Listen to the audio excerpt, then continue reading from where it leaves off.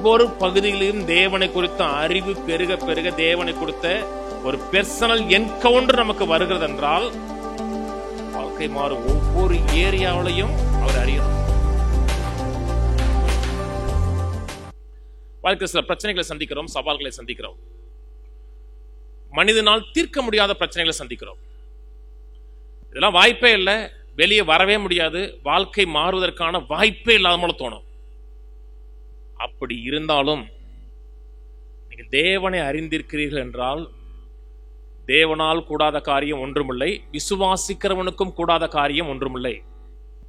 Doctor கைவிடலாம், டாக்டருக்கு எல்லாம் தெரியாது, டாக்டருக்கு மருந்து மட்டும்தான் தெரியும். சயின்டிஸ்டுக்கு எல்லாம் தெரியாது, தேவனுக்கு எல்லாம் தெரியும். தேவனை தெரியுது, தேவனை குறித்து ஒரு வெளிச்சம் உங்களுக்கு வருகிறது என்றால், விசுவாசம் வேலை செய்கிறது என்றால் அந்த பிரச்சனை இருந்து வெளியே வந்துடலாம். மக்கள் விசுவாசம் விசுவாசங்கிற வார்த்தை யூஸ் பண்ணுவாங்க. நான் விசுவாசிக்கிறேன், நான் விசுவாசிக்கிறேன், நான் விசுவாசிக்கிறேன், ரொம்ப பேசுவாங்க. ஆனா அவங்கள்ட்ட பேசினா விசுவாசமே இருக்காது. விசுவாசங்கிற வார்த்தை இருக்கும், விசுவாசம் இருக்காது. விசுவாசம்னா என்ன சொல்லுவாங்க, ஒரு வார்த்தை விசுவாசம், பாதி ஆன்சர், ஃபுல் ஆன்சர் கிடையாது. ஒரு வார்த்தை அறிஞ்சேன், வார்த்தை மட்டும் விசுவாசம் கிடையாது. வார்த்தையினால் விசுவாசம் வருகிறது. ஆனா அந்த வார்த்தையிலிருந்து ஒருத்தரை அறிகிறீங்க. சொன்னது புரியுதுங்களா? வார்த்தை மட்டும் விசுவாசம் வரல, அந்த வார்த்தை ஒருத்தரை நோக்கி உங்களை கொண்டு போகுது, அப்பதான் விசுவாசம் வருகிறது. விசுவாசம் என்றால் என்ன? நம்பப்படுகிற உறுதிகளும் காணப்படாத நிச்சயம். மக்களுக்கு ரெண்டு ரெண்டு என்ன, ரெண்டு ரெண்டு என்ன என்ன என்ன, அவர் கணக்கு வாத்தியாரா இருப்பாரு, திடீர்னு கேட்டோம்னா குழம்பிடும். விசுவாசம் என்றால் என்ன? நம்பப்படுகிறவர்களின் உறுதியும் காணப்படாதவைகளின் நிச்சயம். அது டெஃபினேஷன், விசுவாசத்தினுடைய டெஃபினேஷன். அதுக்கப்புறம் விசுவாசம் என்றால் என்னங்கிறது பிராக்டிக்கலா கீழே எழுதுறாரு.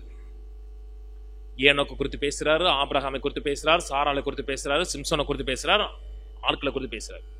அவங்க எல்லாம் விசுவாசத்துல சாதிச்சாங்க இல்லையா? விசுவாசத்தின் டெஃபினேஷன் என்ன? நம்பப்படுகிற உறுதியும் காணப்படாத நிச்சயம். விசுவாசம்னா அவ்வளவுதான், கீழே யாருமே எழுத வேணாம். ஏனோக்கு குறித்து பேசுறாரு, ஆபிரகாம் குறித்து பேசுறாரு, இவங்கெல்லாம் விசுவாச வீரர்கள். அவங்க லைஃப் எடுத்து பார்த்தீங்கன்னா எல்லாருமே ஏதோ ஒரு விதத்துல தேவனோட பெர்சனல் என்கவுண்டர் இருக்கு.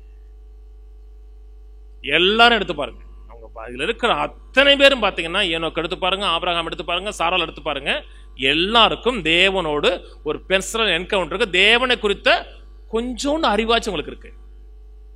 தேவனை குறித்த அறிவு அதிகமா இருந்துச்சுன்னா விசுவாசம் நிறைய இருக்குன்னு அர்த்தம். தேவனை குறித்த அறிவே இல்லைன்னா விசுவாசம் இல்லை என்று அர்த்தம். விசுவாசம்னா இங்கே இல்லைன்னு அர்த்தம். விசுவாசத்துல வளரணுமா? சிலருக்கு சுகத்துல விசுவாசம் ஸ்ட்ராங்கா இருக்கும், எந்த வியாதி வந்தா கூட அவங்களுக்கு ஒண்ணுமே செய்யாது. ஆனா பொருளாதாரத்துல 100 ரூபா தருவீங்களாக்கா, ஒரு அரிசி வாங்கிட்டு வந்துடுறேன். ஆனா சுகத்துல ஆள் கில்லாடி, அவங்க பொருளாதாரத்துல அடிமட்டமா இருப்பாங்க. இதுல தேவனை அறிந்திருக்கிறார்கள், அதுல தேவனை அறியல. தேவன் சுகமாக்குறவர், தேவன் செழிப்பு கொடுக்கிறவர், தேவன் வழி நடத்துகிறவர். ஒவ்வொரு பகுதியிலும் தேவனை குறித்த அறிவு பெருக பெருக தேவனை கொடுத்த ஒரு பெர்சனல் என்கவுண்டர் நமக்கு வருகிறது என்றால் வாழ்க்கை மாறும். ஒவ்வொரு ஏரியாவிலையும் அவர் அறியணும். ஊழியத்துக்கு 20 வருஷம் ஆச்சு. 20 வருஷம் ஆரம்பிக்கும் போது பொருளாதாரம் ரொம்ப நெருக்கடி தான். பொருளாதாரங்கிறது காலனாக கூட யோசிச்சு தான் செலவழிக்கணும். சும்மா நீங்க நினைச்ச மாதிரி அப்படி கொடுத்து வந்துட முடியாது. காலனா 1 ரூபா கூட யோசிக்கணும். சால்னா பாக்கெட் வாங்க போறோம், 5 ரூபா பாக்கெட் 15 ரூபான்னு சொல்லிட்டான்னா வேணாம் அப்படிங்கிற நிலைமையில இருந்துச்சு. அது ஒரு நிலை. எல்லாம் கவனிங்க, அப்படி அந்த நிலையில தான் ஆரம்பிச்சேன். இன்னைக்கு அந்த நிலையில இல்லை. ஏன் இல்லைன்னா அந்த 20 வருஷத்துல தேவனை அறிகிற அறிவுல நான் வளர்த்துக்கிட்டேன். நீங்க தேவனை அறிகிற அறிவை வளர வளர தேவனுடைய கிருபையை அனுபவிக்கிற அளவு கூடிக்கிட்டே இருக்கும். இன்னும் இயேசு வர தாமதமாகுது, இன்னொரு 20 வருஷம் கழிச்சு 30 வயசு ஆகுதுன்னா இன்னைக்கு இருக்கிறத காட்டிலும் 20 வருஷம் கழிச்சு வேற மாதிரி இருப்போம். எப்படி?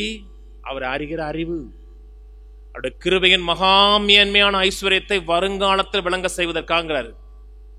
கிருபை ஓரளவுக்கு அனுபவிச்சிட்டீங்களா? ஒண்ணுமே இல்லையாங்க. கொஞ்சம் அனுபவிச்சிருக்கீங்கல்ல, இன்னும் அனுபவிக்க வேண்டியது நிறைய இருக்கு. எபேசியர் சொல்றார் அவருடைய கிருபையின் மகா மேன்மையான ஐஸ்வர்யங்கிறார். நீங்க அனுபவிச்சதெல்லாம் கொசுறு மாதிரி. நான் இதுவரைக்கும் அனுபவிச்சதெல்லாம் கொசுறு கொசுறு, ஒண்ணுமே கிடையாது, நத்திங். பிரம்மாண்டமா வச்சிருக்கிறார். எப்படி கிடைக்கும்? அவர் அறியுங்க, அவர் யாருங்கிறது குறித்த வெளிச்சத்தை பெறுங்க. மக்களுக்கு அவர்லாம் வேணாம். ஒரு டப்பாவை நீட்டுறேன், ஜெபம் பண்ணி கொடுங்க, நான் தலையில சிலுவையை போட்டுட்டு நான் போயிறேன், சுகமாயிரும் ஆகுது. கர்த்தர் கிருபை உள்ளவர். ஆனா நீங்க மேலும் மேலும் வளரணும்னா அவர் அறியணும்.